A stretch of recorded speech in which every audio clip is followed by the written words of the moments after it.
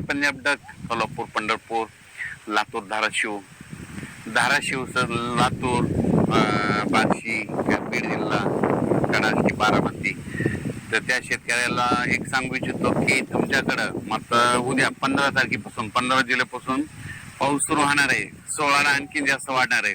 मात्र 17 तारखेला बऱ्याच भागात पाऊस पडणार आहे म्हणून अंदाज सोलापूर जिल्हा, लातूर जिल्हा, बीड जिल्हा, धाराशिव जिल्हा, इकडे बारामती, सांगोला, पंढरपूर त्या शेतकऱ्यांना लक्षाचा तुमच्याकडे देखील पाऊस सुरू होणार आहे. काही चिंता करू नका.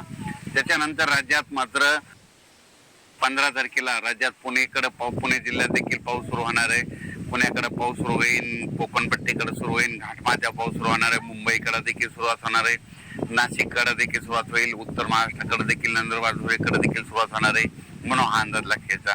राज्यात सांगायचं झालं तर 15 तारखेला आपण म्हटलं होतं ना पाऊस सुरू होईल, पण 15 तारखेला संपूर्ण राज्यभर नाही होणार, फक्त सुरुवात होणार आहे.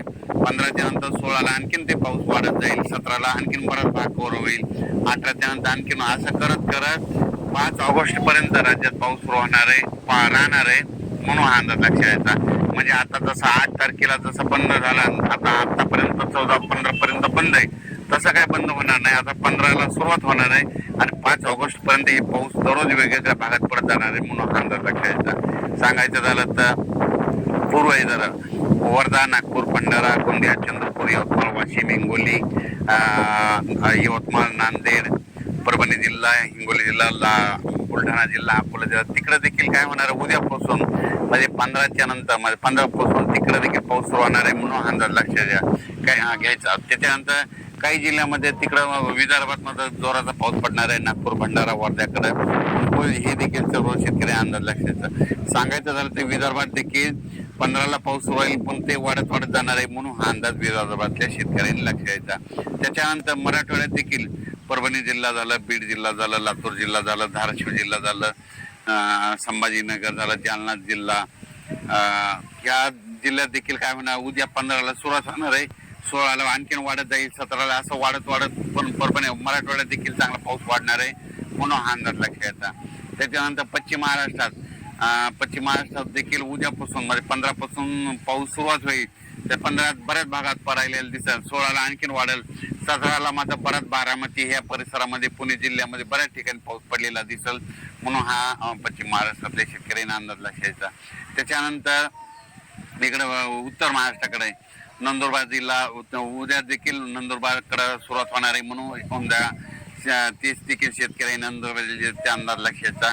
धुळे, जळगाव, नाशिक तिकडे देखील उद्याच्याला पाऊस सुरू होईल. सगळीकडे एकदाच पडणार नाही, फक्त उद्याच्याला सुरुवात होणार आहे, दररोज वाढत जाणार आहे म्हणून अंदाज.